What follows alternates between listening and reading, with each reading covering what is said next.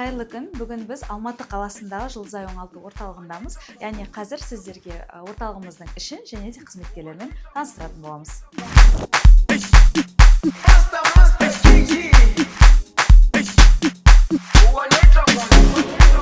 Jerusalema, ikayalami.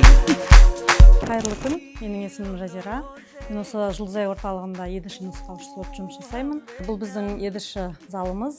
Бұл залда бізде балалар келіп өздерінің жаттығуларын жасайды. Жүгіртуге үйретеміз, секіруге үйретеміз, еңбектеуді үйретеміз.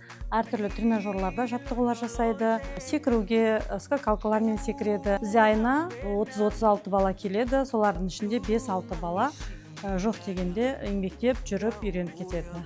Соған біз жұмыс жасаймыз.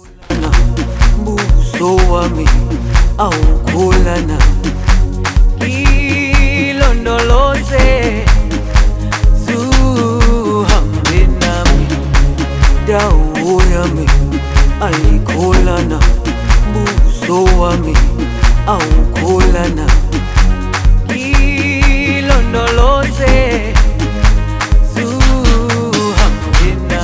Қайырлы күн, менің есімім Жансая Қайнарқызы, дәрігер невропатолог боламын. Қазіргі кезде Алматы қаласының оңалту орталығында тұрмыз. Бүгінгі күні айдың соңы болғандықтан біздің реабилитациялық ем-шарамыздың соңғы күні.